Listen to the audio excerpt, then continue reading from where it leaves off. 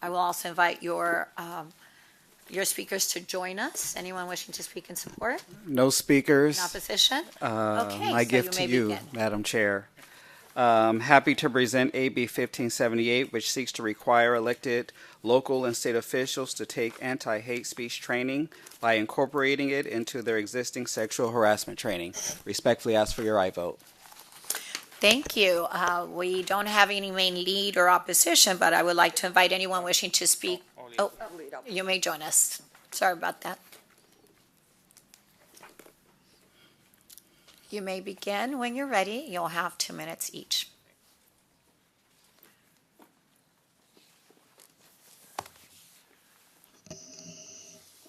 Thank you. Chair and members, my name is Greg Burt with the Vice President of the California Family Council, and we strongly oppose AB 1578.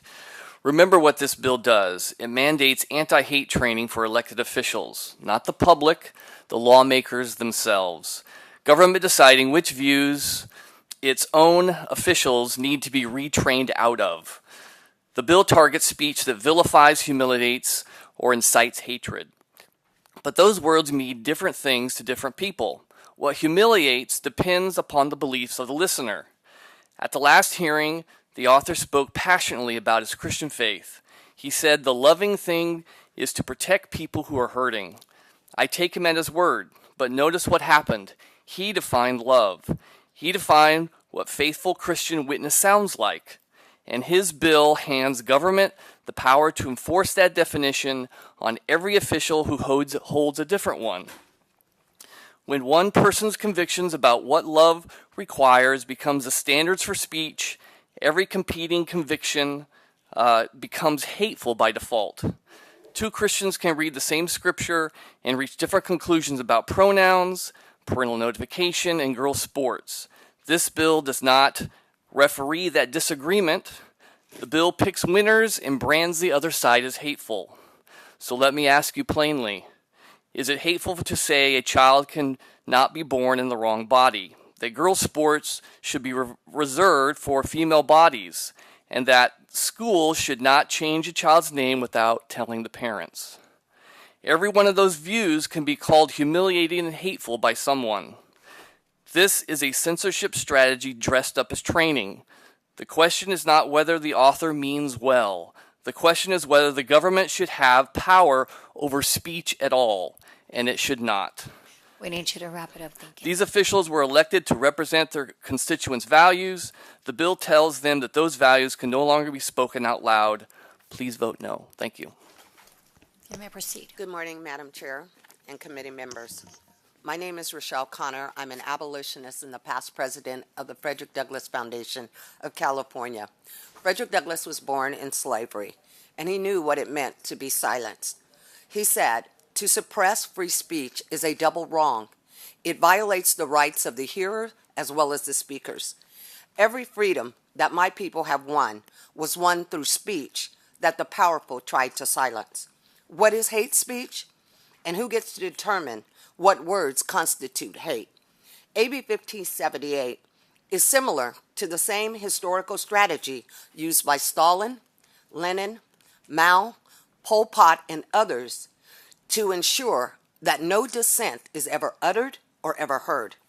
Hate speech training can be used as a means to inflict self-censorship. It violates the rights of free speech as guaranteed by the California and the U.S. Constitution.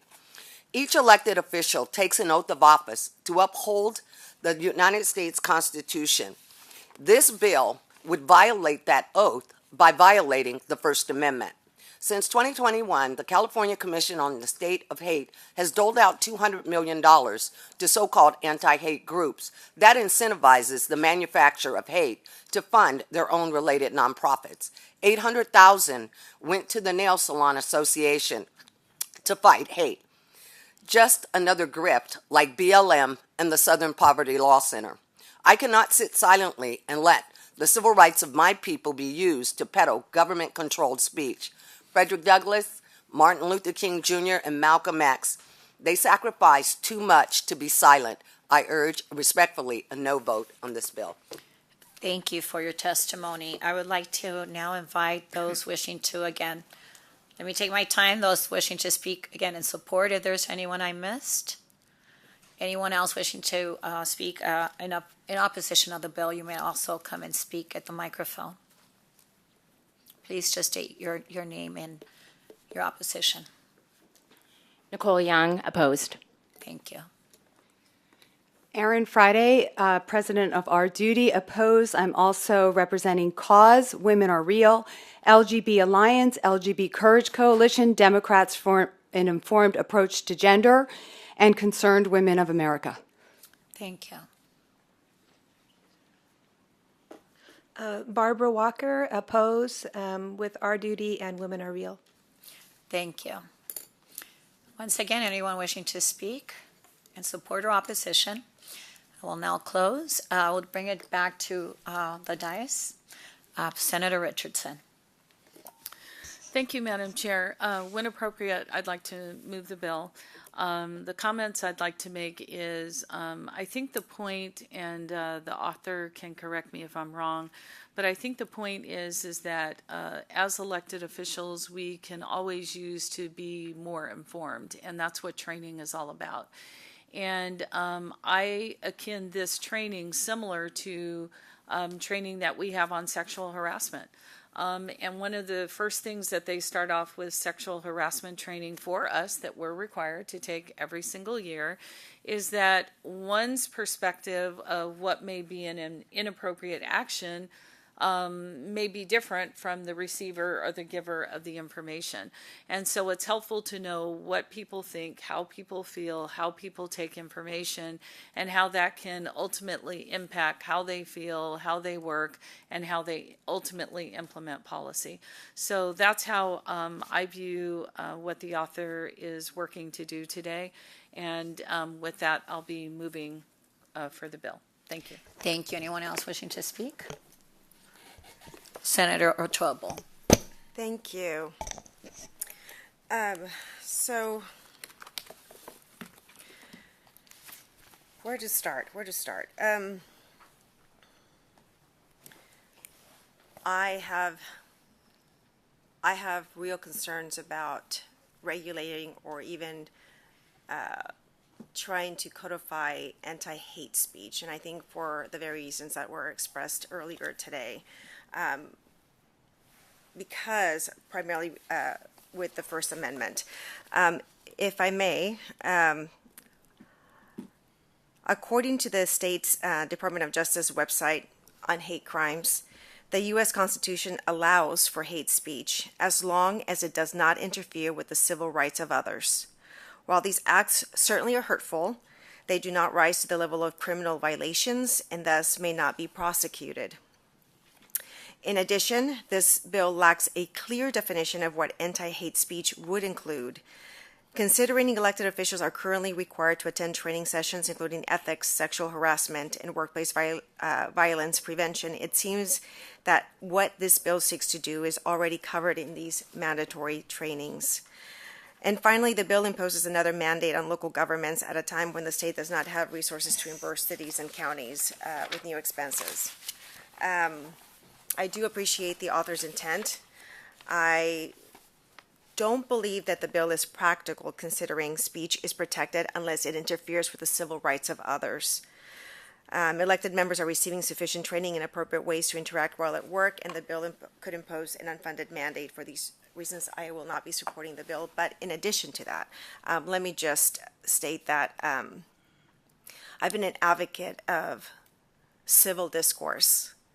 I've been an advocate of having the ability of facilitating the diversity of ideas. I think that's incredibly important in today's environment, and why I advocate in open discussions and not hiding away from my constituents. I don't hide from my constituents. We go and we facilitate and we talk about the tough issues and we walk through the ideas in what I believe should be modeled in the highest level of decorum and level of respect, with sensitivity. And I think that is, as electeds, we have incredible, and I've always said, I don't have control over anybody else's speech or actions, only my own. So let me model what I want to see. And so that has been my advocacy since I've been elected to this office, treating everyone with respect, and accepting the fact that they have a right to say whatever it is that they may want to say towards me, and be respectful that that is their right.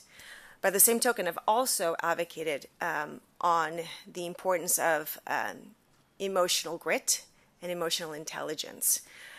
In that, I remember two things that I want to put on the record.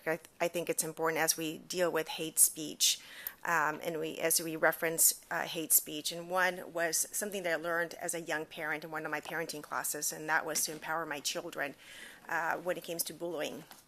And they said, you never give your power away to anyone, meaning they wanted us to ensure that our children knew that regardless of what anybody said, they didn't have the power to make you feel anything unless you gave that power away to them.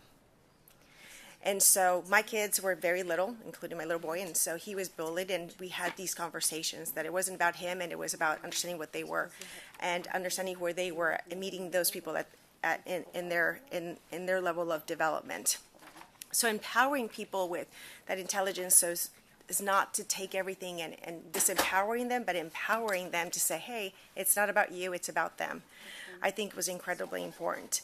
Another lady that came into my life was a lady that empowered women who had suffered from domestic violence and abuse. And once again, she also came back with this notion that we can never feel less than we allow other people to make us feel. And so I've been focusing a lot on that, especially on our youth, who I've come to realize that many of them are very, very easily offended by what they hear. And in a country like ours where we revere the First Amendment, and the ability to say whatever it may be that we want to say, unless it infringes on our civil rights, I think we have to ensure that we are empowering people with self-power and that emotional intelligence and that emotional grit, so that we are not easily offended by what people may deem as hateful speech. With that, I will always preserve people's right to call me whatever they want, knowing who I am up here and here. That is their right, and hopefully having them and gaining either their respect or their at least neutralizing them on how they feel on that. But on that's why I won't be able to support the bill today. I understand the intent, but I think our focus should be on absolute respect, level of decorum, civility in the way that we treat others, and understanding that we should be held to a higher level of conduct as electeds and representatives. And I hope that I've been continuously modeling that behavior. And with that, I'm sorry, Dr. Jackson, I will not be supporting the bill today, but understand your heart. Anybody else on this day wishing to speak? Oh, Senator Archuleta. The word hate is an ugly word. I think it's even uglier when it's in the vocabulary of someone in power. Legislators, judges, police officers, anyone in power that has that power to use hate in whatever way they want to. And I think this bill acknowledges that hate is a bad way to conduct business, the people's business. And I think that's the point. We've just acknowledged the LGBTQ community. Hate is always an issue. The API community, hate is always an issue. The Latino community is facing hate from immigration. Hate is out there, and I think what we're looking at is to educate and to have the ability for legislators or city council members, whomever that's in power, to understand how hate can devastate a community. And this bill opens that door to understanding how that one word can devastate years and years of progress, if that's what we're shooting for, years and years of understanding, and bringing communities together. The one word, hate.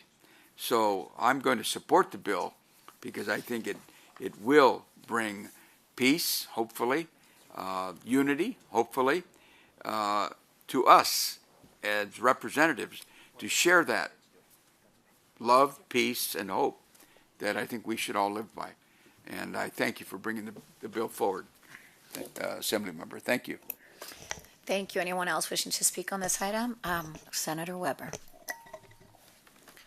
Thank you, Chair. Want to thank the author for bringing this bill forward. I apologize for coming in after your presentation, but so many different committees and bills going on right now. I generally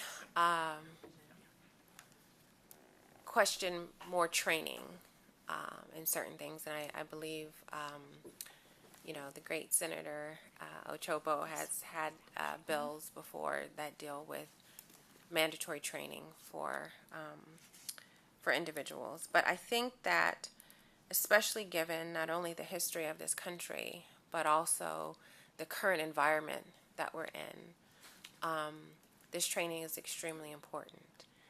Not only for individuals so that they can monitor what they say and how they interact with other people, but also to provide a different level of empathy that many people just don't have.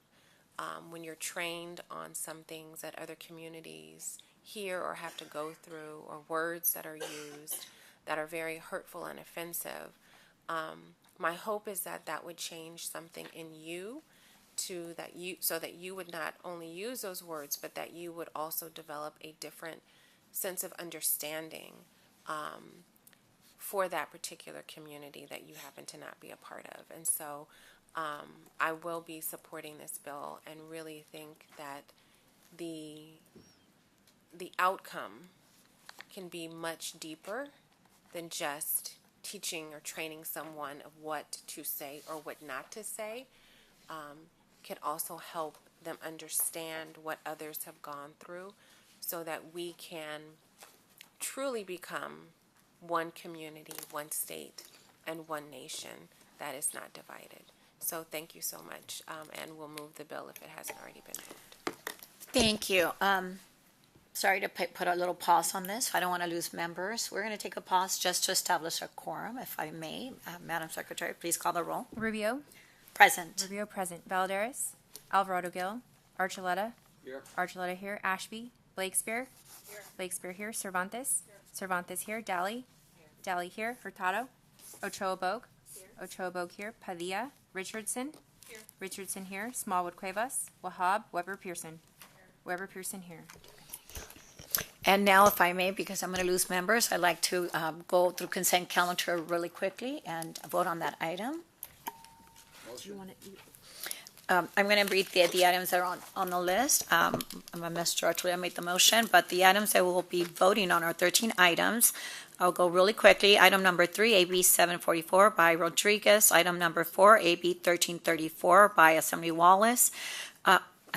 Wallace. Item number 7, AB 1652 by Assemblymember Patterson. Item 12, AB 2187 by Assemblymember Ramos. Item 13, AB 1947, Assemblymember Ta. Item number 17, AB 2272 by Assemblymember Calosa. Item number 18, AB 2360, Arambula. Item number 19, AB 2375, Assemblymember Blanca Rubio. Item number 20, AB 2536 by Assemblymember Rubio. Item 21, AB 2644 by Assemblymember Rubio. Item number 22, AB 2507 by Assemblymember Nguyen. Item number 23, AB 2792, GO Committee. Item 24, AB 2793, GO Committee. At this point, those are the items. Madam Secretary, please call the roll. Rubio. Aye. Rubio, aye. Valladares. Alvarado Gil. Archuleta. Aye. Archuleta, aye. Ashby.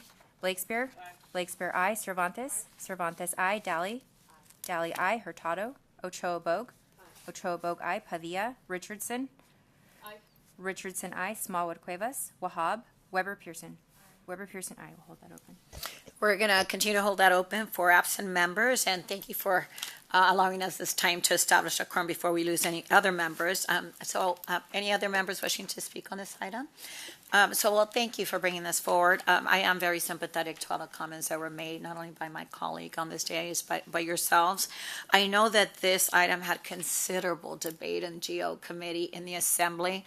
I also know that there was more opposition, and you worked to get to a good place where we can get some people off the opposition. But I know that in appropriation, they took great care in making sure that there was a clear definition of incite speech that everyone can get behind. I know it doesn't satisfy everyone, but essentially, and I don't want to belabor the point and add to the comments already made, but I think as elected officials, we set the tone. We really invite others to follow our lead in our communities, and just getting those reminders of how important it is that we measure our words, because it has real life impacts. I'm just reminded of all the reports that I hear constantly, not only in adults but children that are committing suicide because someone said something to them online and on the playground. It's happening more and more, and anytime we take the opportunity just to remind adults that it's important that we understand the power of our words. I think it's a good thing. I know the burden is minimal. There is a burden, but the potential benefits are significant. And I know this bill takes the finding of the Commission on the State of Hate and turns that into action. So it's not just a random statement, but it came from somewhere where it was vetted, and there's real information and data behind this. And with that, would you like to close? Thank you very much, Madam Chair. There has been a lot of references to offensive language, to humiliating language. But actually, this bill has nothing to do with that.